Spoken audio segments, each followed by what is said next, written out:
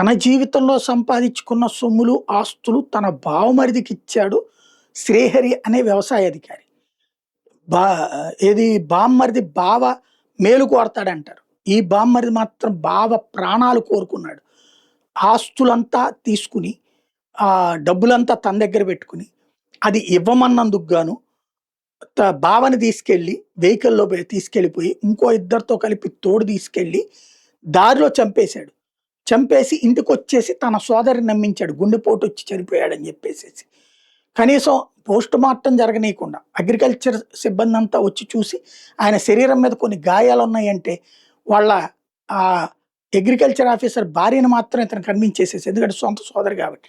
గుండె నొప్పి అనినే కన్ఫర్మ్ చేసి, పోలీసులు కంప్లెయింట్‌ని కూడా మేనేజ్ చేసి, ఆ పైన దహనం చేశాడు. వాళ్ళ కుటుంబం లెక్క ప్రకారం ఖననం చేస్తారు. కానీ దహనం చేశాడు. అయిపోయిందనుకున్నాడు. అంతా మేనేజ్ చేసేసాడు. పోలీసులు మేనేజ్ చేశాడు. అంతా అయిపోయింది. బుచ్చిరెడ్డిపాలెం ఎస్ఐసీఎల్ని మేనేజ్ చేశాడు. కానిస్టేబుల్ని మేనేజ్ చేశాడు. మొత్తం కథ అంతా అయిపోయింది.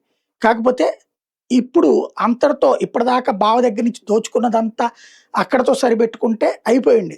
మిగిలినటువంటి సోదరి దగ్గర ఉన్నటువంటి ఆస్తి కూడా దోచుకోవడానికి నా పేరు మీద రాయమని ఒత్తిడి చేస్తుండటం అప్పుడు ఆమెకి అర్థమయ్యి తన సోదరుడు తన భర్తని చంపేశాడని అనుమానం ఉందని ఎస్పీ దగ్గరికి వెళ్ళి కంప్లైంట్ చేస్తే వ్యవసాయాధికారి భార్య ఎస్పీ సీరియస్ అయ్యి డిఎస్పీతో విచారణకు ఆదేశిస్తే ఈ మొత్తం వ్యవహారం బయటపడింది.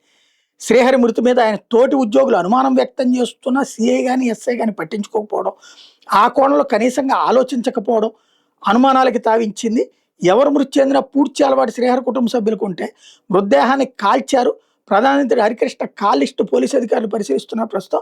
దాని ఆధారంగా పోలీసులు కూడా నిందితులుగా చేర్చే అవకాశం ఉందని పోలీసు వర్గాలు చెప్తున్నాయి.